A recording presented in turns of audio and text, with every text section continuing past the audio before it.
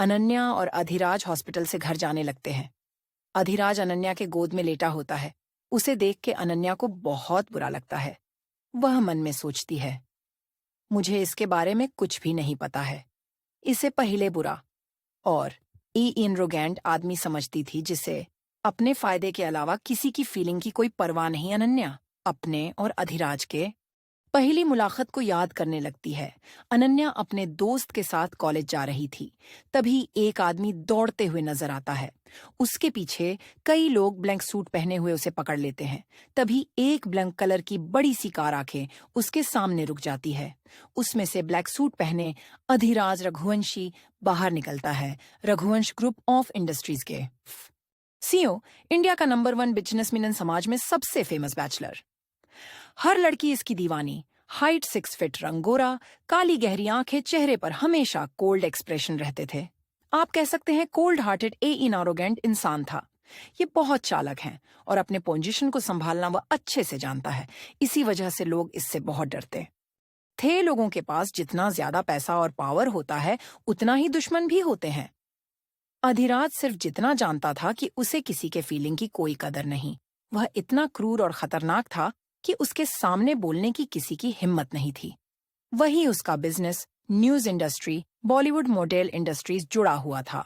वह जख्मी आदमी को अधिराज के गार्ड पकड़ के अधिराज के पैरों के सामने घुटनों पर बिठाते हैं। वो आदमी अधिराज से माफी मांगते हुए जान की भीख मांग रहा था।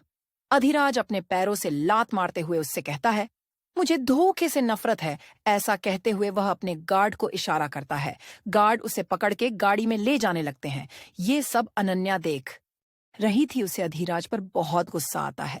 वह अपने दोस्त का हाथ छोड़कर अधिराज के पास जाती है और उसका कॉलर पकड़ते हुए उसके आंखों में आंखें डाल के कहती है, हे मिस्टर, आप अपने गली के डॉन होंगे, कानून भी कोई चीज है। आप किसी इंसान के साथ ऐसे बर्ताव नहीं कर सकते। अचानक इस हमले से अधिराज चौंक जाता है। गार्ड अनन्या को पकड़ने आते हैं तो अधिराज उन्हें हाथों से इशारा करता है। अनन्या उसे कुछ ना कुछ कही जा रही थी, मगर अधिराज उसे देखने में खो गया। अनन्या को इतने करीब देखकर उसका दिल जोर जोर से धक धक करने लगा। तभी अनन्या की दोस्त अधिराज से माफी मांगकर अनन्या को पकड़कर अपने साथ ले गई। अधिराज को इस बात की खबर तब हुई जब सेक्रेटरी ने उन्हें आवाज दी।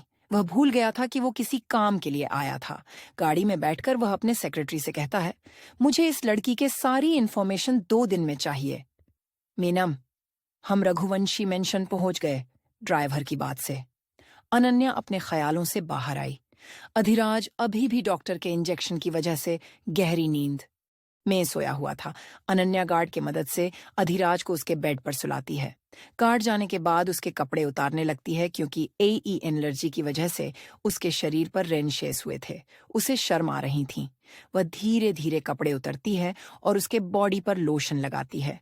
उसकी बॉडी इतनी स्ट्रांग थी कि उसके 6 पैक उभरे हुए दिख रहे थे। अधिराज ने जिम करके अपने बॉडी को स्ट्रांग बनाया था। अनन्या उसके शरीर को देखते हुए खो गई। तभी अधिराज धीरे से आंखें खोलता है और अनन्या का हाथ पकड़कर अपने करीब लाता है। वह उसके इतने करीब आती है कि दोनों की सांसों की गर्माहट फील होती है। अधिराज को इतने करीब देख के अनन्या के गाल टमाटर की तरह लाल होने लगे। वह शर्म से नजरें झुकाती है। उसका ऐसा गुलाबी चेहरा देखकर अधिराज बहुत खुश होता है। उसका दिल धक धक करने लगता है। वह अपने आप को संभालते हुए मन में सोचता है, कहीं यह फिर धोखा नहीं देगी ना। फिर मुझे छोड़कर भाग गई। तो यह ख्याल आते ही उसका चेहरा गुस्से से लाल होता है। वह उसे हल्के से धक्का देते हुए उठ जाता है और कहता है, पहले जख्म दिया, फिर मरहम लगा रहे हो। ये कौन सी चालाकी है आपकी? अब आप कौन सा नया खेल खेल रही है? अनन्या उसके पीछे आकर उसे पीछे से गले लगाते हुए कहती है, मैं कोई खेल नहीं खेल रही हूँ, मुझे आपके साथ ही रहना है। यह बात सुनकर अधिराज चौंक जाता है और उसके ऐसे गले मिलने पर भी, क्योंकि आज तक कभी भी अनन्या ने उसे छूने नहीं दिया, ना ही करीब आने दिया। अब वह खुद उसे गले लगा रही है। तभी अचानक अनन्या की फोन की रिंग बजती है। अनन्या फोन को देखकर मुस्कुराते हुए अधिराज से कहती है, आपको यकीन नहीं है मुझ पर, तो आप सुन ले। फोन अनन्या फोन स्पीकर पर रखते हुए, हेलो कहते हैं। सामने से अनन्या के चाची कहती हैं, अनन्या बेटा, कुछ प्रॉब्लम के वजह से आपकी एंगेजमेंट पोस्टपोन की हुई है। आप नाराज तो नहीं है ना? कोई बात नहीं आंटी, मैं नाराज नहीं हूँ। चाची कहती हैं, अगले हफ्ते तुम्हारे बहन रीटा का बर्थडे पार्टी है।